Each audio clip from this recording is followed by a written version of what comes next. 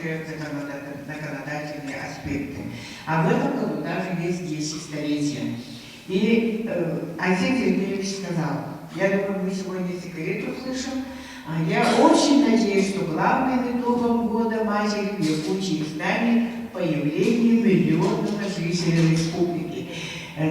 Мы как никогда близки к этому, сказал наш президент республики. И я думаю, этот секрет нам тоже раскроет сегодня Татьяна Юрьевна. Татьяна Юрьевна, вам слово.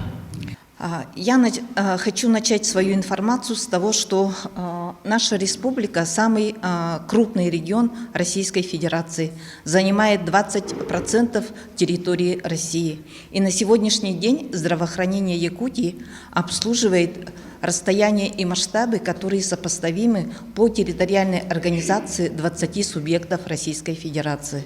Это очень большая нагрузка на нас, медицинских работников. Кроме этого, необходимо учитывать, что у нас очень сложная транспортная схема. Значит, у нас медицинская помощь в основном оказывается с помощью санитарной авиации, особенно в экстренных случаях. Следующий слайд, пожалуйста. Вот наши демографические показатели, численность населения. Значит, там у меня старые данные. На начало этого года численность населения составляла 992 тысячи в республике. И вы видите, что количество женщин фертильного возраста у нас до 2019 года уменьшалось. И вот последние 2 года у нас наметилась небольшая тенденция увеличения количества женщин фертильного возраста. То есть у нас появилась надежда на то, что женщины, которые будут рожать, количество этих женщин увеличивается последние 2 года. Дальше, пожалуйста. И вот опять про демографическую ситуацию. Татьяна Афанасьевна уже затронула эту тему. Значит, наша республика всегда характеризовалась стабильными, благоприятными показателями демографического развития. Но в последние годы мы знаем, что, как и везде в целом стране, показатель рождаемости у нас в республике снижается. И общая смертность у нас в республике, особенно последние 2 года, повысилась в связи, все знаете, да, с коронавирусной инфекцией. И, конечно, все это отразилось на естественном приросте. И вот вы видите, как никогда у нас по итогам 2021 года снизился естественный прирост. И он составил всего лишь 1,7 на 1000 населения. Тем не менее, хочу отметить, что до сих пор наша республика входит в то небольшое количество регионов, которые сохранили еще положительный естественный прирост. Во многих субъектах он отрицательный и достаточно высокие цифры отрицательного прироста. Дальше, пожалуйста. И непосредственно приступая к специфике по своей специальности, немножко хочу ознакомить о том, что у нас в республике организована 3-уровневая система оказания медицинской помощи. 1-й, 2-й, 3-й уровень. Значит, 1-й уровень – это у нас 14 родильных отделений центральных районных больниц. 2-й уровень – это 5 родильных отделений центральных районных больниц, к которому в основном относятся наши города, такие как Нерюнгри, Мирный, Алдан, Ленск и Покровск. И 2 учреждения родовспоможения – это 2 перинатальных центра. Но они у нас находятся в городе Якутске. В этом и вся особенность нашей республики. Если в других регионах учреждения 3-го уровня, они расположены на карте, допустим, равномерно, да, и везде имеется транспортная доступность наземная, то, к сожалению, в нашей республике 2 этих учреждения, они находятся в городе Якутске, и в основном транспортная доступность обеспечивается только авиацией. Дальше, пожалуйста. Учреждение 3-го уровня. Это перинатальный центр республиканской больницы номер 1, где я являюсь директором, да, и перинатальный центр Якутской республиканской клинической больницы. Значит, несмотря на то, что эти 2 учреждения являются учреждениями 3-го уровня, они различаются не только по коечной мощности, по структуре, но и имеется ряд существенных различий. Значит, наш перинатальный центр, он работает в структуре большой многопрофильной больницы, республиканская больница номер 1. в структуре большой многопрофильной больницы, где кроме нашего перинатального центра имеются педиатрический, клинический центр, то есть представлена вся детская и взрослая служба. И имеется очень хорошая, большая материально-техническая база с диагностическим ресурсом. То есть есть все возможности для оказания специализированной, плановой и экстренной медицинской помощи как матерям и новорожденным детям. Что касается нового перинатального центра, он находится тоже в структуре многопрофильной больницы, но, к сожалению, в этой больнице нет детского профиля, а взрослая помощь представлена только соматическими отделениями, нет хирургического профиля. Также данный перинатальный центр находится в отдельном обособленном здании, что тоже затрудняет диагностические возможности. Вы все знаете, что в Республиканской больнице номер 1 все здания в одном комплексе находятся, что очень удобно для оказания вот именно медицинской помощи. Вот, но несмотря на это, в 2018 году был введен вот новый перинатальный центр, и в связи с вводом нового перинатального центра в нашей службе произошли очень хорошие позитивные изменения в плане того, что у нас улучшились показатели, потому что у нас появились больше акушерских коек, куда мы можем вывозить с районов больше беременных женщин и новорожденных детей, которые нуждаются в этом. И больше коек реанимации новорожденных в новом перинатальном центре с новым медицинским оборудованием. Дальше, пожалуйста. Так, ну это я уже сказала. Дальше. Вот маршрутизация. Почему я очень подробно рассказывала вот про перинатальные центры? У нас на сегодняшний день в медицине везде, вы слышите, да, маршрутизация – это современные организационные технологии, которые направлены на профилактику критических ситуаций, особенно в таком большом, отдаленном и со сложной транспортной схемой территории. Вот, поэтому мы на сегодняшний день стараемся работать планово. Всех беременных женщин, которые встают на учет, мы их уже со дня взятия на диспансерный учет, мы их относим к той или иной категории риска.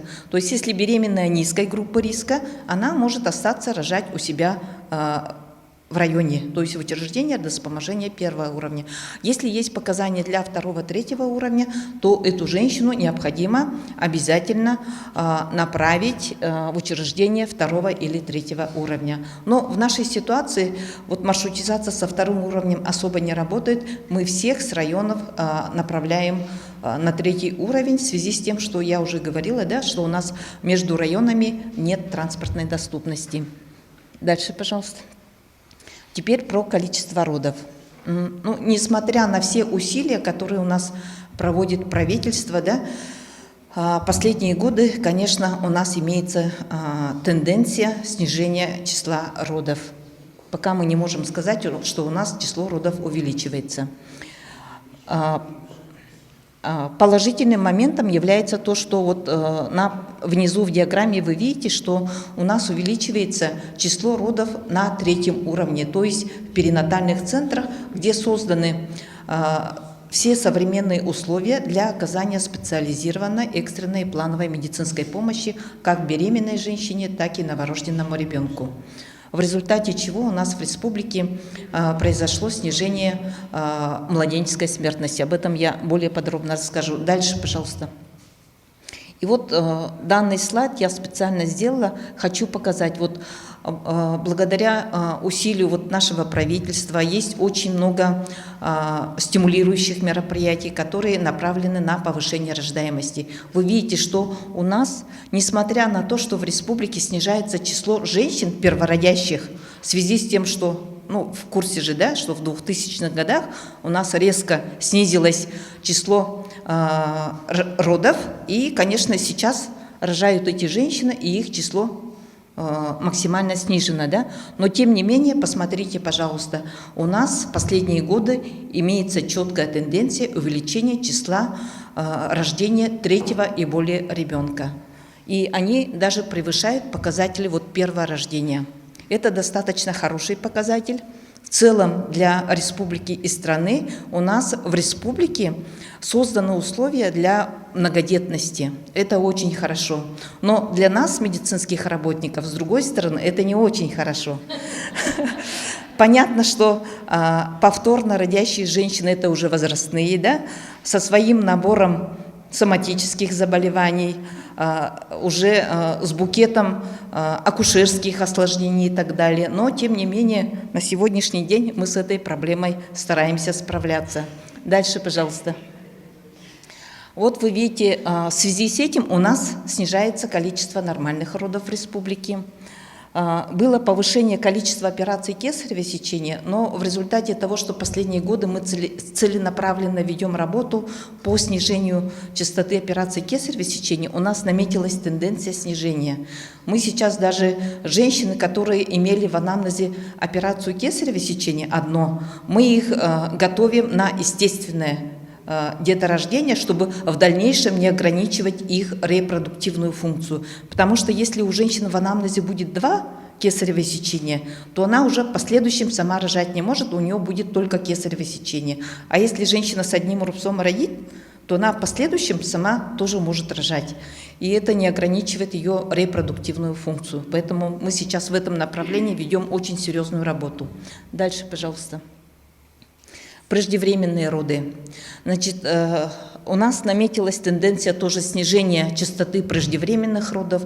Преждевременные роды – это не только медицинская проблема, это медико-социальная проблема. Во-первых, это рождается недоношенный ребенок. Недоношенный ребенок – это, чаще всего это больной ребенок, это ограничивает возможности мамы, да, мама все время привязана к этому больному ребенку и так далее. Отсюда все вытекающие последствия. И семья, и медицинские организации затрачивают очень несут большие расходы для оказания медицинской помощи недоношенным детям. Вот, учитывая все эти моменты, мы тоже ведем целенаправленную работу по снижению частоты преждевременных родов. Тут необходимо понимать, что чистые преждевременные роды мы никогда не сможем снизить. Это мировая проблема, с которой на сегодняшний день справиться никто не может. Но преждевременные роды бывают еще, которые зависят именно от состояния здоровья беременной женщины. Вот на эту проблему мы можем повлиять. И направив свои усилия на эту проблему, мы значительно снизили частоту преждевременных родов. У нас имеется кабинет мониторинга беременных в женской консультации нового перинатального центра, который мониторирует всех беременных на территории республики. Значит, всех консультирует, проводит телемедицинские консультации беременным высокой группы риска и сразу определяет, где эта женщина должна рожать, какое обследование, на каком этапе она должна проходить. То есть это проходит постоянная плановая работа, и в результате такой организационной работы мы снизили частоту преждевременных родов. И внизу слайд тоже удельный вес преждевременных родов в учреждениях родовспоможения 3-го уровня. Он у нас более 90%, это достаточно хороший процент. Тот минимальный процент, которые были родозащищены у нас в учреждениях 1-2 уровня, это все экстренные ситуации, которые мы своевременно не смогли эвакуировать в город Якутск. Вы сами понимаете, у нас санитарную авиацию за час мы тоже не поднимем, за час не прилетим мы в северный район и не привезем эту женщину, и в результате у нас женщины с преждевременными родами при каких-либо экстренных ситуациях рожают в районах. Такие моменты тоже есть у нас. Далее, пожалуйста. Пренатальная диагностика. Что такое пренатальная диагностика? Многие, наверное, знаете. Это антенатальное выявление врожденных пороков развития и хромосомных аномалий. Значит, у нас в республике эта работа внедрена с 2012 года, и мы успешно повышали охват пренатальной диагностикой до 2015 года. Но, к сожалению, в последние годы у нас отмечается снижение этого показателя. Это связано с тем, что у нас большой отток специалистов в северных и арктических районах происходит. Все, наверное, тоже в курсе, да, что здравоохранение Арктики и Севера у нас страдает, конечно.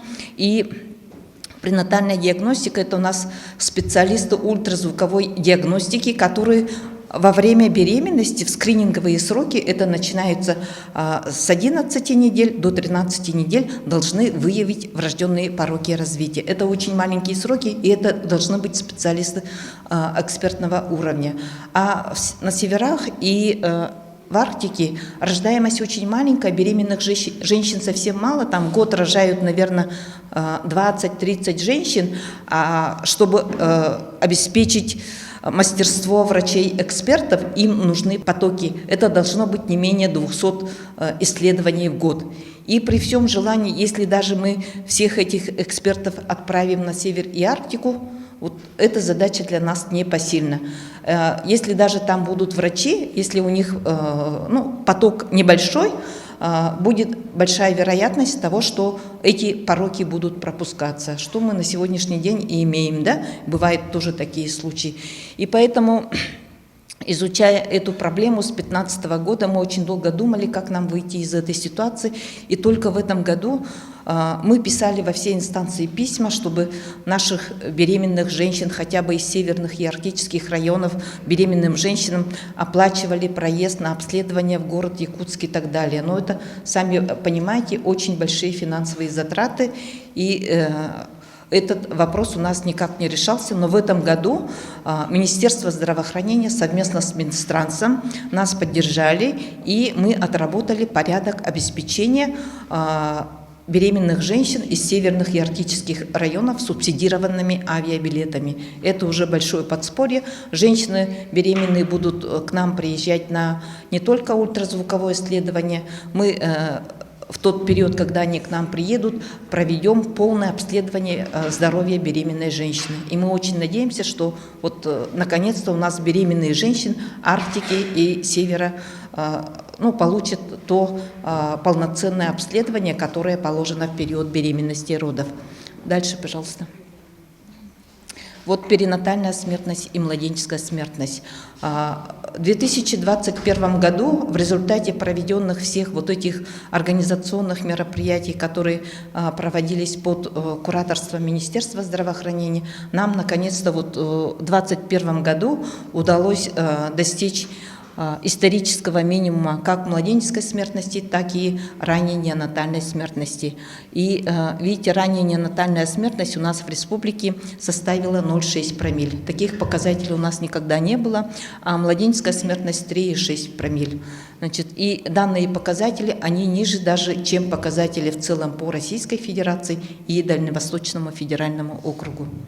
Далее, пожалуйста. Теперь хочу остановиться на такой проблеме, как бесплодие. Это тоже не только проблема здравоохранения, но и тоже большая социальная проблема.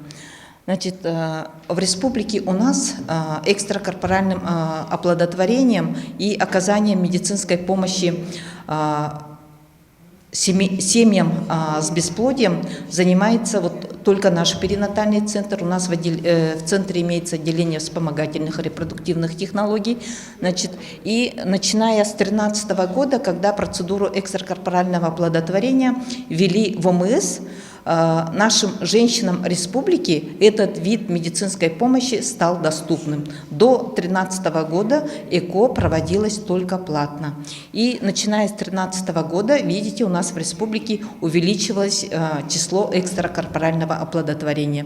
В прошлом году мы, несмотря на то, что в целом по стране была приостановлена плановая медицинская помощь в связи с коронавирусной инфекцией, мы план выполнили на 100%, сделали 270 процедур ЭКО. В этом году у нас план 280%, и мы очень надеемся, что до конца года 100% выполним. Теперь хочу обратить ваше внимание на такой показатель, как эффективность экстракорпорального оплодотворения. Важно не просто сделать экстракорпоральное оплодотворение, важно получить положительный результат, да? Это чтобы беременность наступила. И вот видите, что вначале у нас показатель был достаточно низкий, и над этой проблемой мы очень долго тоже работали, и в результате мы достигли показателя эффективности 33%. Это достаточно хороший показатель, как в целом по Российской Федерации. Лучшие клиники имеют такие показатели. И поэтому, вот вы видите, да, до 2019 года было очень большое количество женщин, которые на экстракорпоральное оплодотворение уезжали за пределы республики. А теперь многие женщины не хотят уезжать, хотят именно вот, ну, в условиях своей республики получить эту специализированную медицинскую помощь. Дальше. И здесь мы вам представили дорожную карту. Когда же женщина должна обратиться за помощью при отсутствии детей в семье? Значит, сейчас экстракорпоральное оплодотворение могут получить не только семейные пары, но и одинокая женщина. К сожалению, вот не все население нашей республики до сих пор знает эту информацию. Поэтому вот большая просьба довести до всех. Вот что такое бесплодие? Бесплодие, это раньше говорили, что через 2 года приходите и так далее. Сейчас мы говорим при регулярной половой жизни без предохранения, если беременность не наступает, до 35 лет, через год женщина должна уже прийти за медицинской помощью и уточнить, почему же не наступает беременность. А если женщине более 35 лет, она не должна ждать года, она уже через полгода должна приходить. Мы все понимаем, что у женщины время уходит, да? Тут уже нужно, важно не упустить время. После 40 лет, уже через 3 месяца она должна подойти, потому что там уже шансов с каждым годом все меньше и меньше. Вот. Далее вот женщина обращается, не сразу к нам идет, да? Женщина вначале обращается в поликлинику по месту жительства. Все врачи, акушеры, гинекологи знают, какое обследование должны пройти пациенты с бесплодием. И после этого обследования уже направляют в наш центр, где мы дообследуем этих женщин. И при подтверждении диагноза уже сразу направляем на комиссию Минздрава для отбора и направления на процедуру ЭКО. И после подтверждения этой комиссии уже берем сразу на ЭКО. Теперь, значит, клинику. Женщина сама выбирает клинику. Хочет она поехать в Москву, в Питер, Новосибирск, это ее право. Хочет она в Якутск, это ее право. Вот это женщины должны знать, а то многие женщины эту информацию не знают. Далее, пожалуйста. Теперь я хочу вот акцентировать ваше внимание на такую большую проблему, как аборты. Аборты – это вред, который наносит на репродуктивное здоровье женщин. Несмотря на то, что последние годы, как казалось бы, снижается количество абортов, но я скажу, что, скорее всего, у нас в городе открылось большое количество частных клиник, которые занимаются абортами и не предоставляют статистические данные. Скорее всего, так. И поэтому у нас вот идет как бы снижение. Далее, пожалуйста. И акцентирую тоже ваше внимание на заболеваемость злокачественными новообразованиями репродуктивной системы. Вот вы видите, что ежегодно больше всего регистрируется заболеваемость раком молочной железы. Так, и раком шейки матки. Так, далее, пожалуйста. И вот я хотела подчеркнуть, что какие же все-таки, вот почему я сегодня согласилась выступить перед общественностью, хотела донести вот эти 3 проблемы. Я еще сюда не включила вредные привычки. Но вредные привычки все знаете, да? Об этом, может, и не стоит говорить. Но самое зло, которое наносит непоправимый ущерб репродуктивной функции, системе наших пациентов, это аборты, раннее начало половой жизни и ожирение. Далее, пожалуйста. И коротко хочу остановиться по каждой проблеме. Аборты бесследно для организма женщины не проходят. Это обязательно осложнение при последующей беременности. Чаще всего бывают. Значит, потом воспалительные заболевания развиваются половых органов, которые приводят к бесплодию. Вот почему у нас бесплодие повышается в республике. Потому что у нас очень высокий показатель абортов был. Это не секрет. Далее, пожалуйста.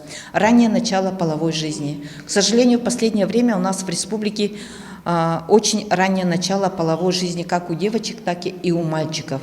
Вот по итогам 2021 года скажу, до 14 лет абортов было у 7 женщин, родов было у 3.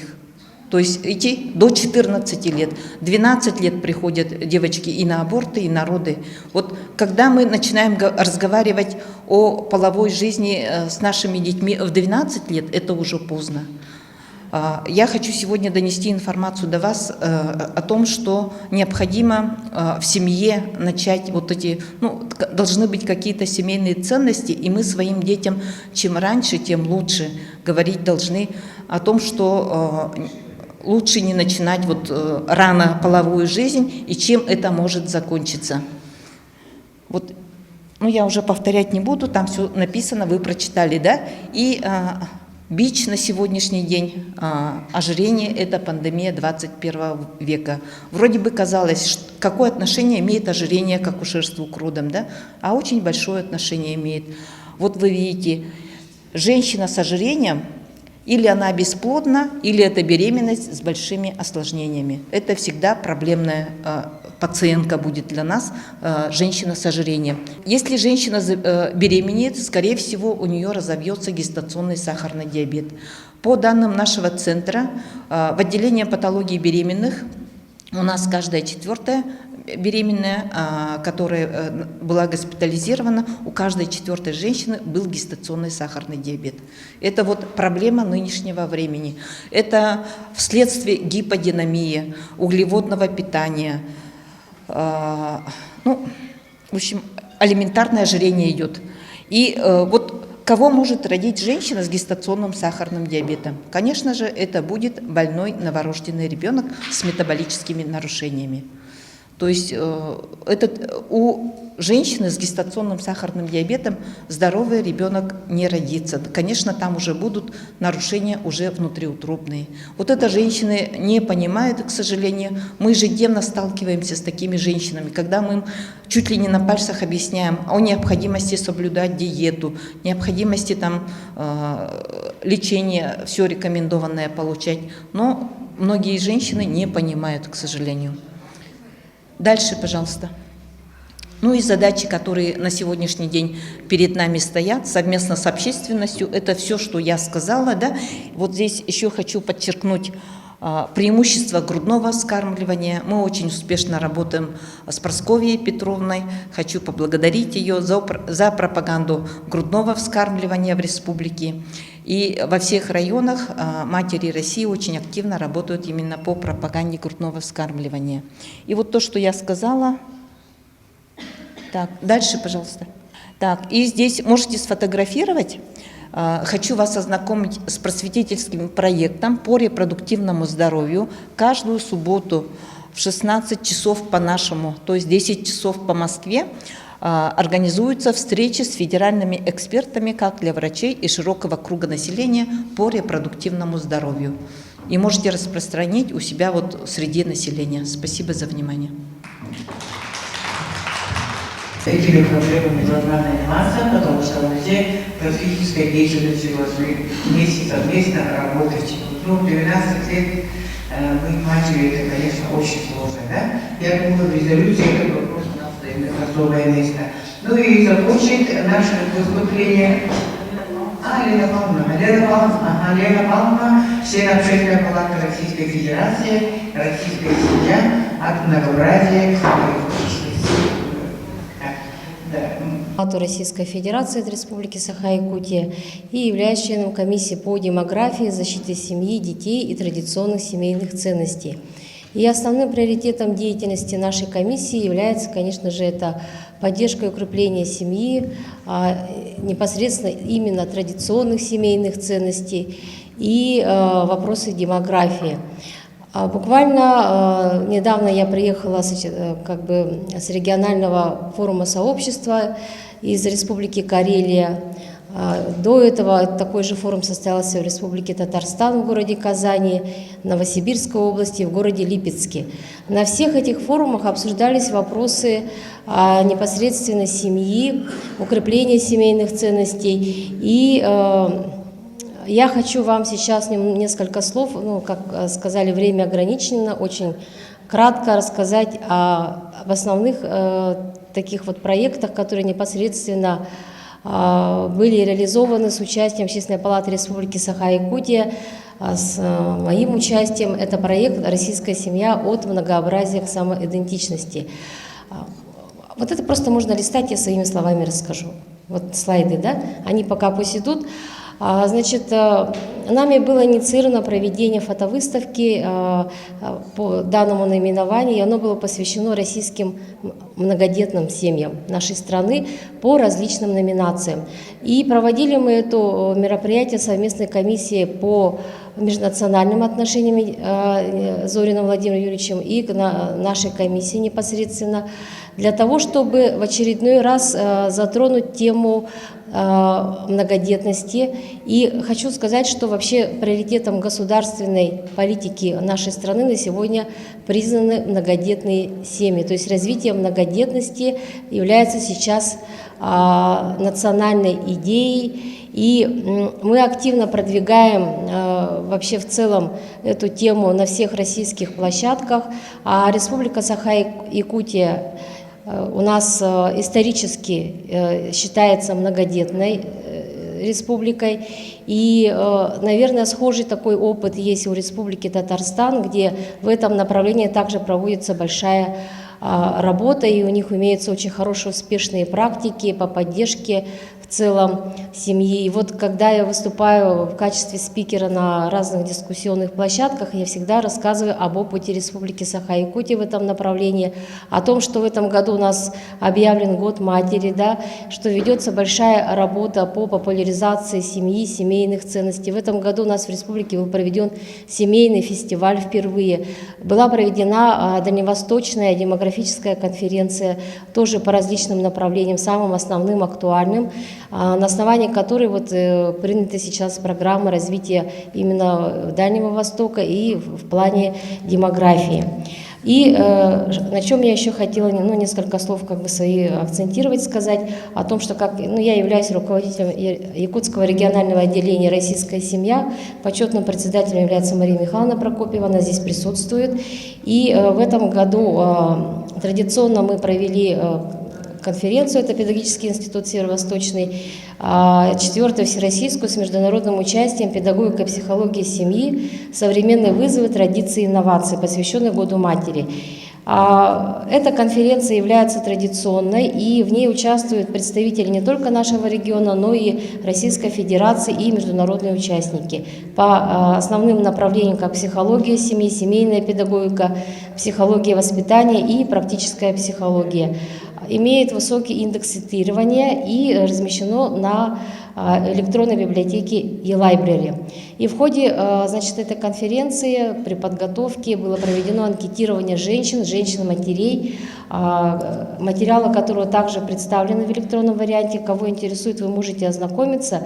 Но единственное, я здесь на некоторых таких выводах хочу остановиться, это о том, что в основном в вопросе участвовали это замужние женщины, 66%, являющиеся матерями. И надо отметить, что многие из них хотят стать многодетными матерями, это 58,7%, но при этом они являются очень активными общественницами, удовлетворены государственной семейной политикой почти это 50%, и при этом видят, что женщина современная должна быть не только матерью, но она должна быть еще и успешной на работе, это 88%, а мужчина, но при этом традиционная эта формулировка, что мужчина добытчик, а женщина хранительница очага 58% составляет.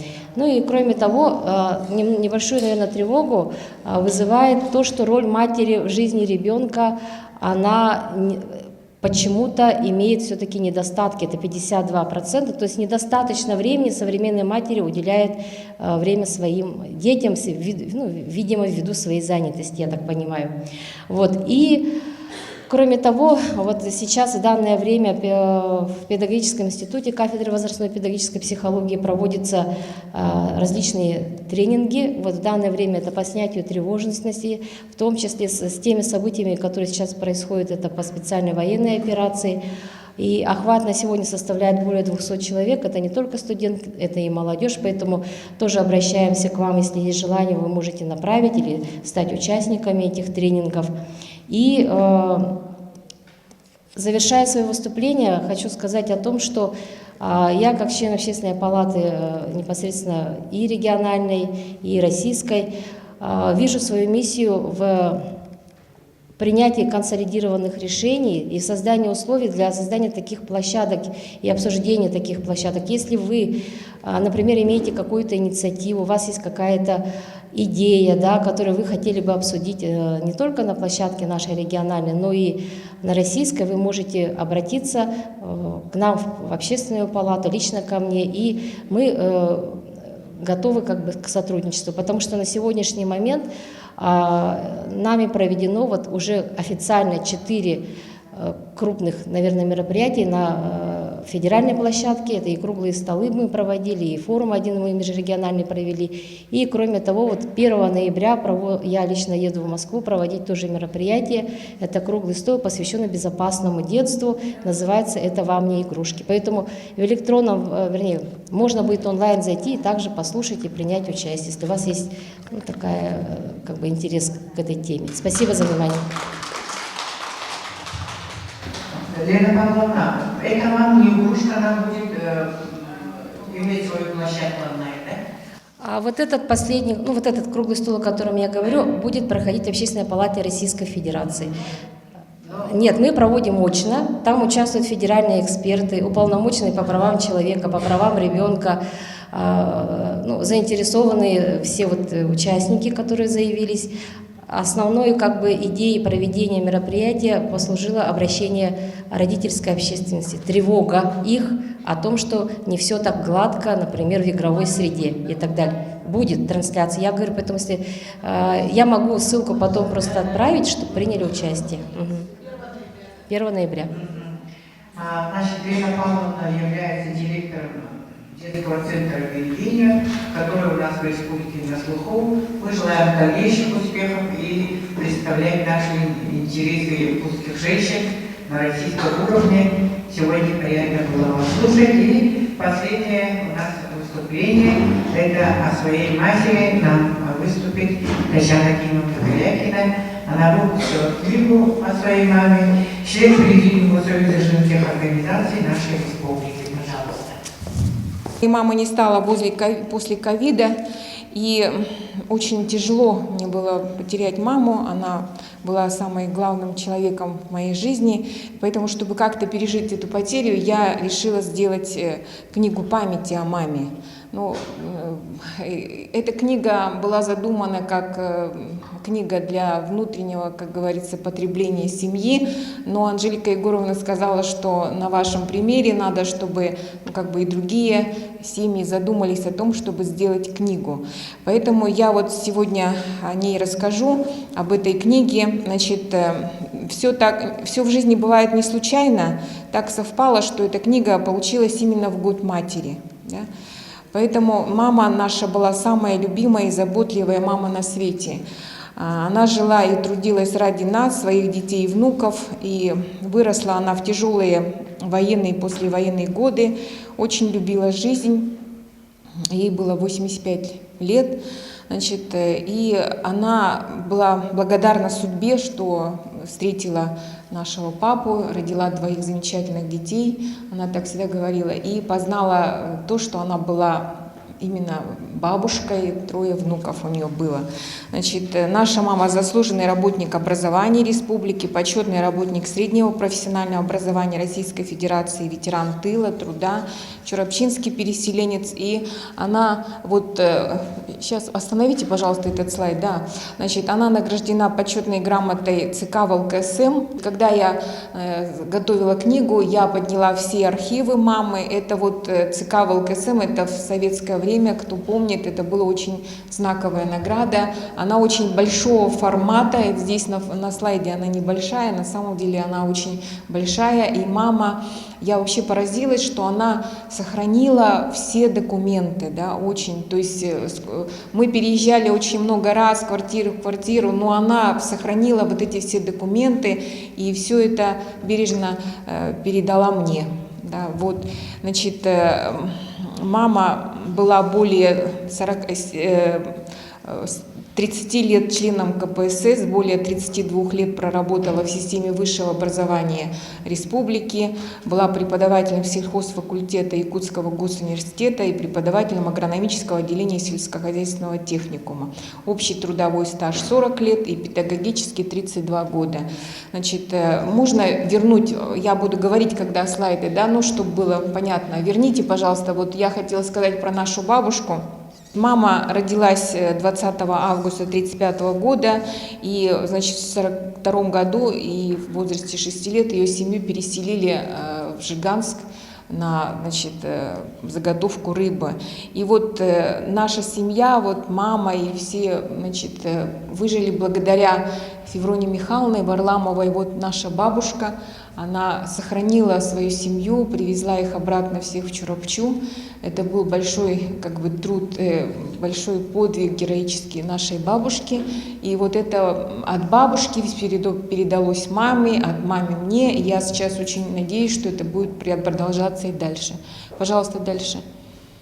Да, вот грамоту я была. Мама училась в Москве, в Тимирязевской академии. Тоже в то время очень было сложно поступить в этот институт. К сожалению, в академию. Здесь тоже получилось так, что раньше вот денег не было, маме родители были пожилые. Вот, и мама уехала учиться, и когда мама училась на 4 курсе, бабушки не стало, и она не смогла приехать на похороны. Это было очень тяжело для мамы.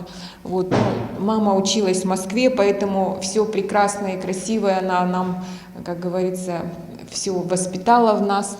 Вот, значит, нашего папу встретили, поженились они, прожили 52 года. Ким Александрович Корякин, известный человек в республике, и всегда за известным человеком стоит, как говорится, его хорошая, красивая жена, умница. И папа всегда был благодарен, и он на своем юбилее каждый раз, и 80 лет Мария Николаевна здесь, она организовывала все папины юбилеи.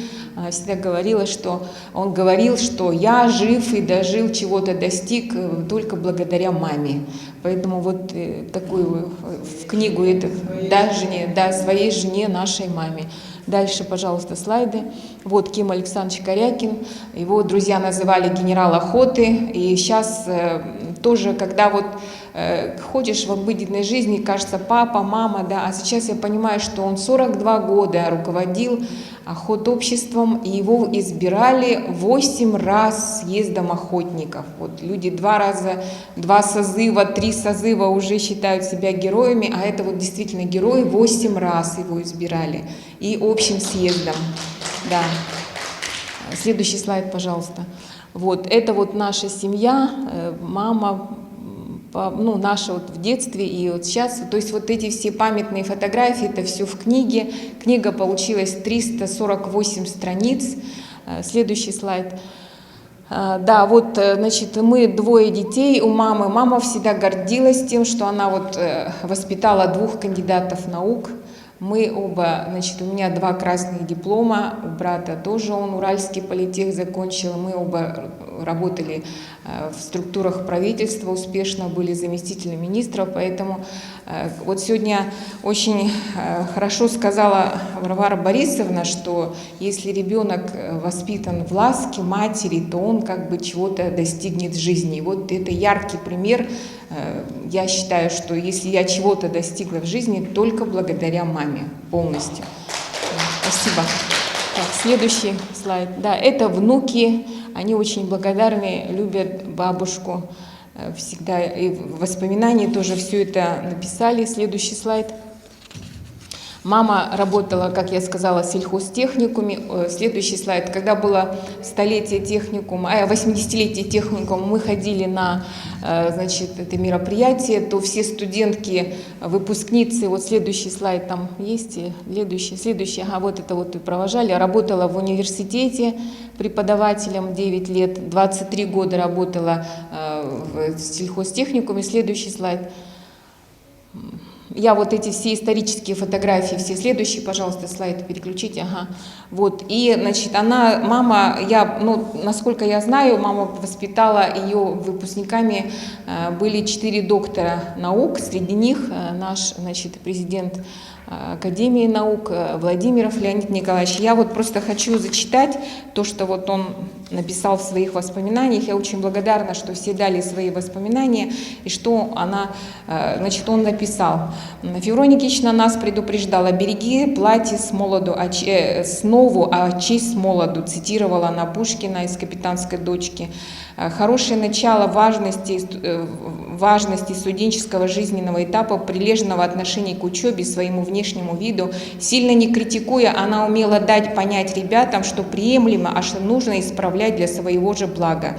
Все это у нее жило и реализовывалось в особую культуру яркой якутской интеллигентности, видимо, с молодости, впитанной с той поры, когда она стала учиться в Москве в Тимирязевской академии, став там активной комсомолкой общественности. Мы многое у нее в этом плане почерпнули, за что ей очень благодарны. Далее, следующий слайд.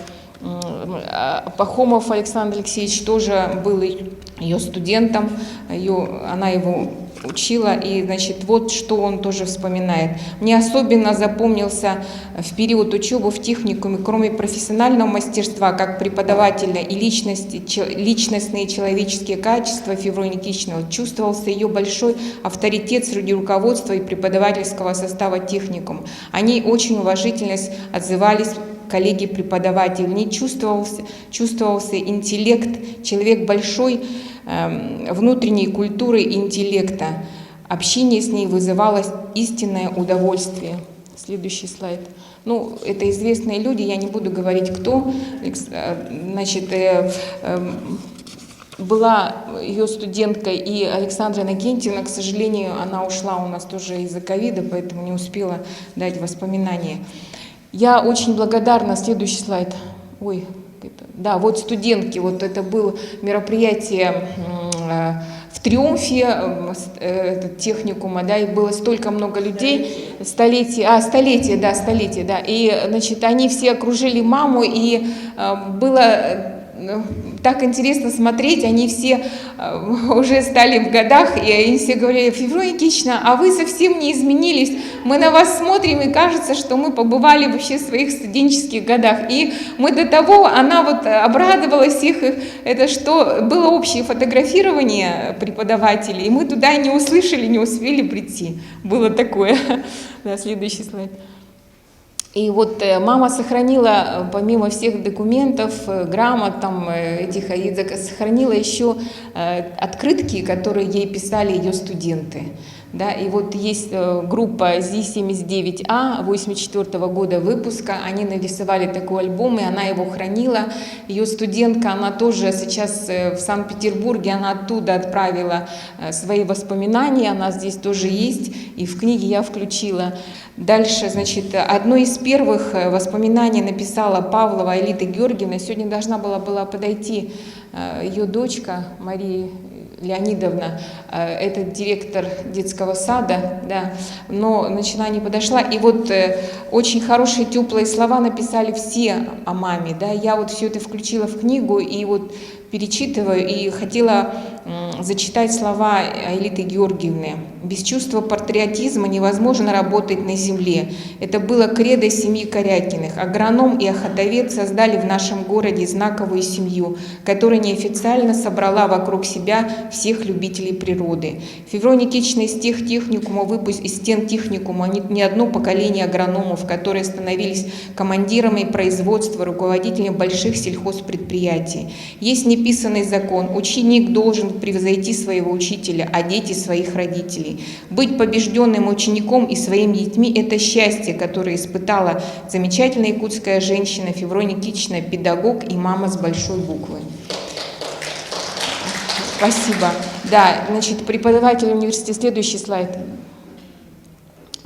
Алла Матвеевна Тимофеева, тоже сельхозтехникума, преподаватель, дала свои воспоминания. Следующий слайд.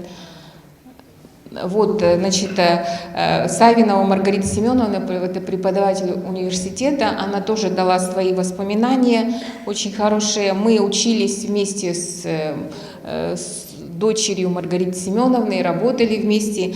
И вот она что пишет. Феврония Никитична была необыкновенно яркой и красивой женщиной. Ее невозможно было не заметить даже в толпе. Кажется, она очень давно привыкла становиться центром всеобщего внимания, сумев при этом оставаться в высшей степени естественной, обаятельной, скромной, деликатной и, как это ни парадоксально, всегда очень молодой по духу, по мировосприятию, по поведению. Спасибо. Следующий слайд.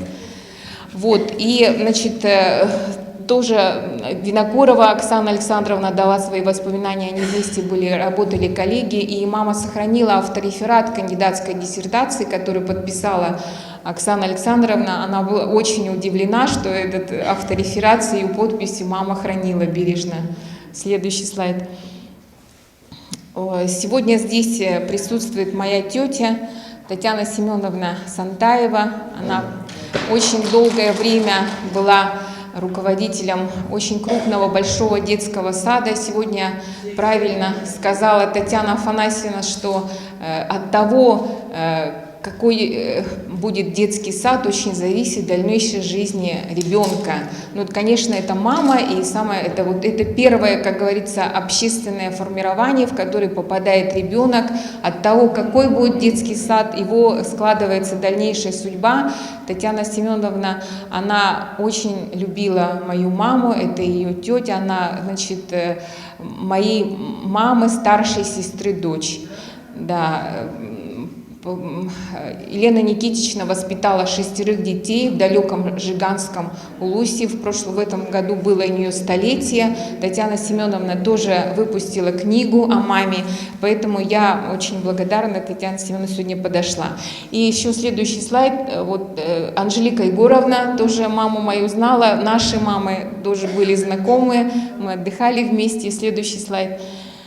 Я хотела сказать, что моя мама еще, значит, мне передалось вот это по наследству, можно сказать, заниматься женским движением, потому что бабушка моя, Мария Гаврилевна, была, значит, в далеком 1934 году делегатом Вилюйской районной женской конференции. Следующий слайд. Моя мама была, значит, делегатом 8-го съезда женщин в 1987 году. Ну и я уже тоже несколько съездов женщин была делегатом. Следующий слайд. И, значит, я хотела очень сегодня сказать, очень благодарна, что сегодня пришли дети Курчатовой Секлите Алексеевны.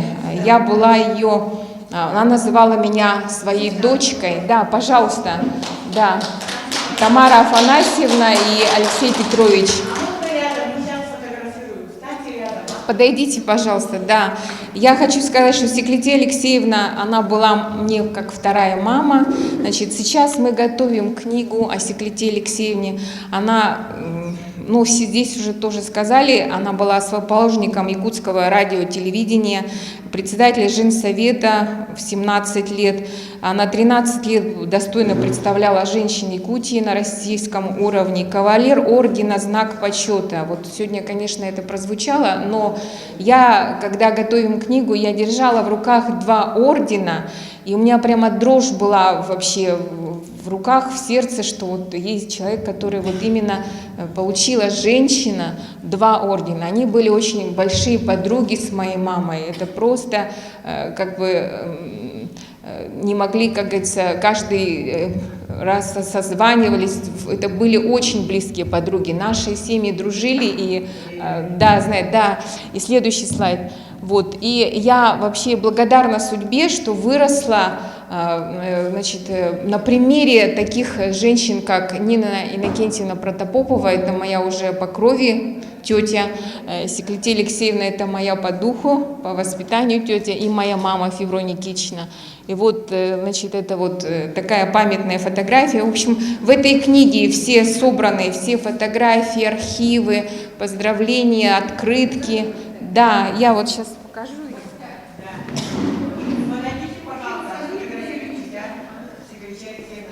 Нет, а мы еще с Секлите Алексеевной будем, у нас презентация будет книги Секлите Алексеевны, да, они, поэтому вот эта книга, значит, я вот сделала... Подойдите, сфотографируйтесь вместе с ней около книги. Мы аплодируем вам, что вы подошли. Спасибо. А на сегодняшнем мероприятии. Да, и тут как бы я тоже хочу сказать про Тамару Афанасьевну. Это невестка Секлите Алексеевны, и Секлите Алексеевна до 92 лет дожила, наверное, благодаря Тамаре Афанасьевне. Вот это точно, потому что у тети Ксены не было дочки, но она очень была счастлива, и мои родители были счастливы, что такая хорошая невестка. И я вот сегодня, пользуясь таким высоким, как говорится, моментом, хочу поблагодарить. Действительно, наша семья очень ценила, и роль женщины, матери в семье очень важна. И поэтому тетя Ксена Секлите Алексеевна передала эту эстафетную палочку Тамаре Афанасьевне. Конечно, Алексей Петрович сын, родной сын, но как бы все равно по материнской линии передаются семейные традиции.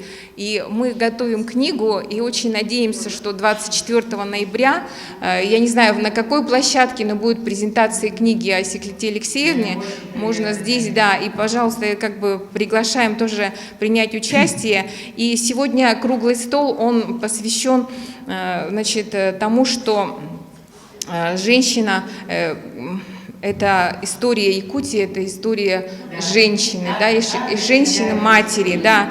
Спасибо за внимание.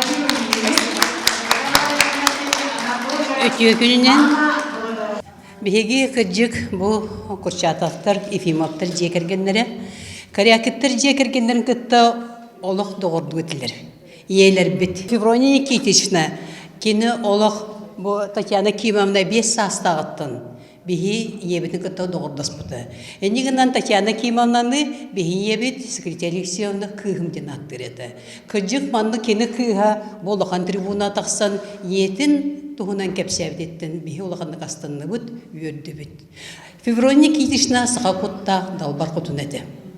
Биһиги колбахар ботер кини биһигине Ким Александровичтин көрсен бараннар наха чуйдык алқабыттыры. Көрем баран кені сразу демен кыспар. Демен Секлите Алексеевнаға кыз келбетті беді.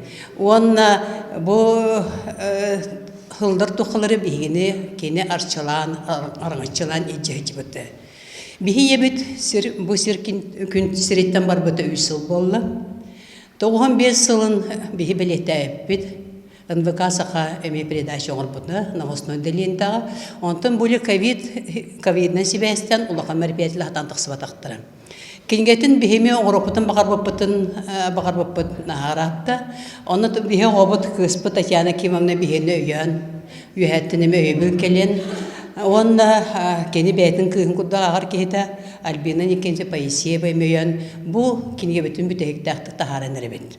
Онтан күндер болары болу, оны күнін жылын бұл ровнеден етеркіғым соқ, сүрбе бескі мероприятия әлбақ бағылақ, сүрбе төккі наябқа болары болды. Оны меморана доскатын еме НВК ағықтақ. Оның чулыған мероприятияны егіні бартын еме бейін ебетін өйен, бейін ебетін еме өйден, кәлен күтігіні ұларғытар ұңырабыд. Мақтал. Онна биһи иелербит наха шүйдей жөгелейлер эте Феврония Никитична биһиге ебе барбатын кенеттен кары өлөрлө биһине ме үһәттен кепсете арчылы аңачылы эджибыты. Мактал иелерге. Пользуясь случаем, поздравить всех с наступающим праздником, Днем комсомола Якутии. Тут, наверное, все комсомольцы были. И завтра вот он отмечается, и завтра вот день рождения нашей мамы Секлите Алексеевны. Так что с праздником вас! Давайте будем обсуждать, время мы уже съели, но вопросы будут, или мы резолюцию сразу еще на занятии прослушаем? Прослушаем, да?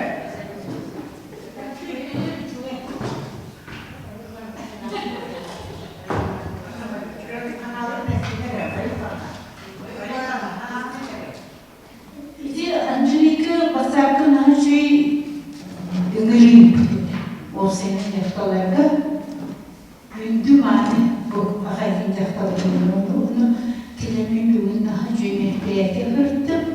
Бірер жылдар бұл, бірділер жылдар бұл көрістім. Оны бұл женский общественностьлер үлеті наға сөккі олыс түгенін табан бұл бара тұрарықтан наға өрдім. Кен тұтым оны егінен. Мен бейімін алты намыл ұруғар жақтар орайына әметін қалай бітім. Оны де Светлана Николаевна кытта, Сибирь Алексеевна кытта, қаста сиескі ғыджам кенен ғалтыларынан же өлі оғынан бұппыд. Очолауы кем үдір өліде, мен сыйлы адачты жекерген оғы етейді, ғыл жолла құрғылақ болды, өлі қамнасы дейілі болды дегенді. Ол күнің барам бүйінгі мероприятия ғыджам барамын, бей орғы мероприятиялықтан тағытшы үдіктатнақ, оны олық жақтар жинақ бейден не бұйыннан, үліхет бұйыннан, общественный бұйыннан, оролық көрдірір, олыс жөй бей бейді үйдінлерілері еттім. Оны мен бұл Борыстой Сақадақтары общественный ұлыға сағын тоғыр күтті бүккейін, бұл анығы үйе әйдер үтчеді олық етерген олық қамыныр хөпті бәйіндерін өлені қамыныр ұлты тұрыр, үйді күчіп наға жөй, ол жөй. Мен отырып тағыда оны сәтті соскола бараған жердім. Теде войнеден общественный дәректі бар, ол росколалары сәлір бұттыры, оны бұл оғыны үйде, патриотический тыңы үйде, бүйін жекергеттің, осколаттың, семьяттың, жақтарттан ниеттің тұтылықтақ, оны бараны дейін бестен ден бейіне жағыз көріне представителерін осколалан атылағыттыры. Оны дейін бестебетім был хана тухидда доонас кидда советники директоров по воспитательной патриотической работе деньги. Оны мен наға бүтін ден советниктерінің едер учитолары аналерендері мен бүте құскай қорат осколаларыға. Болыс үшуге. Мен 2 советниктақтар 18 школаға, ол советниктері боланы 2 едер педагогтар, оны өйдірі аналары сылдары олық әмеку алғы олық иддерденен барыне. Онынча туғына дияқпені, бүгін наға жүйі мероприятия ғырттымын, иде барыда нелер, жақталылар, общественниктар, сақын берен общественный барылыдер активнайды күндір бүтін көндірір бүтін. Бүгін бейбін убедис күнні бұд. Бар қалатынан бүтін үйтінен әдейі қылының. Мен бағырақтың барығын Старая Гвардия, жақтыр қамсағының Старая Гвардиядың бұйызының едер коллегаларым өссі ретігілі ақты бөлілер, өссі ретігілі ақты бөлілер, оны самый главный и күшкіл жақтыр ие общественный директоры болу. Оны бұманның арағыны көшілілер, түгірі ғастолдар, арас кімге тақырды. Мен бұл Татьяна кемімні енді туғынан ғар бұттың едін көрін баран библиотекер еділі ақы еді. Өсті мантып үйір ақылды бә, бүгін. Олар ақтыларын келдер бейді. Еді төлі арбақ кене тақары. Тақар өтті. Оны маңаны мамаға анамын мақталтылдар, яғарделер кейбеттер. Наға чүйі, наға тұру өтені, бұл описиялы қанығары тегеге болбаққа именно ияға жекергенге. Оғы едедер, ол наға істігінен бұл ирақтық Кенеге. Наға істігіне қойылып келді, мен ақтым, оны тәңі молодец деймін.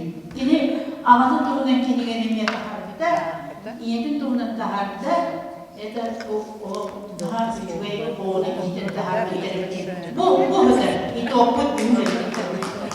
Соның әйена қағбедегендер дұровай болуны бары, оны отын жомыз Серге'nin büyükler telefonlarını üstüne kamera tutuyor. Ben hamile manna hırlıyor ki bir de transportör durumda var.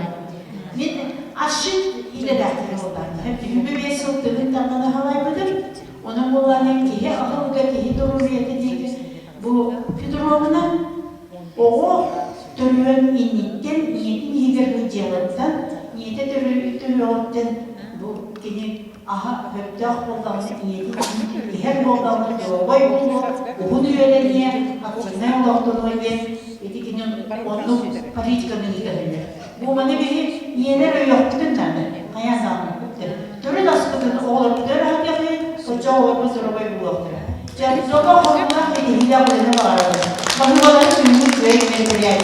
Дорогие участники нашего круглого стола, сегодня в этот прекрасный год матери прошел конструктивный разговор. Было очень приятно общаться с вами. Каждая поделилась теплом своего сердца, поставили вопросы, перспективы развития Союза женского движения. Ведь общественная сила – это сила народа. Она может достучаться до всех дверей власти, до всех поколений общества, начиная с рождением криком ребенка, ведь мы впитываем с молоком матери патриотизм, любовь к своей родине. И сегодня все это прозвучало в ваших выступлениях. А что у нас будет в резолюции? Давайте мы в заключение нашей встречи дадим слово Анжелике Егоровне. Большое всем спасибо. Сегодня было очень много содержательных выступлений и очень значимые предложения, которые мы обязательно включим в резолюцию. Я думаю, вы нам поручите это предложение, мы включим. И хочу отметить, что сегодня был очень знаковый круглый стол, потому что именно в день рождения, 28 октября, мы проводим круглый стол нашей уважаемой Светланы Ефимовны Николаевой. Вы все прекрасно помните, как она выступала, отстаивала интересы женщин, семей более 10 лет в составе Союза женских организаций, как один из ярких председателей Союза женских организаций нашей республики. И в нашу резолюцию мы обязательно включим такие предложения, как пропаганда семейных ценностей. Сегодня идет информационная политика именно сохранения традиционной нашей российской, якутской семьи. Должна быть пропаганда многодетной семьи, успешной молодой семьи, чтобы наши молодые девушки создавали семьи, чтобы у них были прекрасные дети. Очень хорошее предложение поступило пропагандировать образ матери в якутской литературе. Это очень важно нам сейчас передавать молодым поколениям. Образ матери в изобразительном искусстве. Сегодня были прекрасные выступления, о которых мы должны пропагандировать и создавать фильмы, создавать передачи на эту тему. Хочу выразить огромную благодарность за предложение именно кандидата медицинских наук Татьяны Юрьевны. Очень важно сегодня наше состояние здоровья наших девочек. И, конечно, сегодня прозвучали неутешающие цифры, может быть, но мы должны обратить внимание в наших средних учебных заведениях, высших учебных заведениях, проводить просветительскую работу среди наших девушек, старшеклассниц, первокурсниц, то сегодня очень важно предохраняться, не делать абортов и так далее. Об этом мы сегодня должны говорить открыто, потому что современная молодежь должна это понимать. И, конечно же, мы свои предложения сделаем Министерство образования Республики, Министерство труда, Министерство молодежи, Министерство здравоохранения. Я думаю, вы все поддержите наши рекомендации. Большое всем спасибо.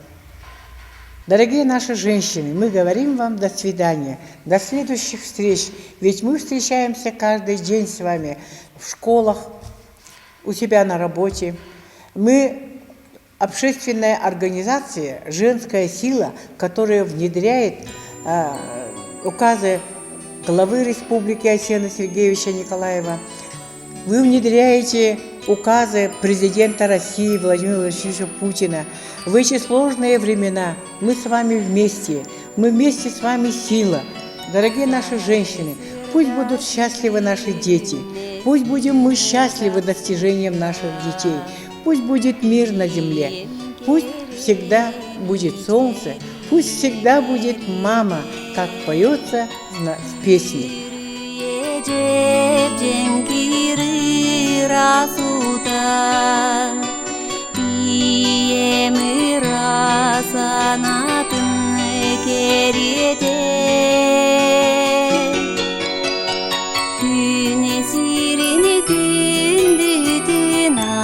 Ayılgam keretin ey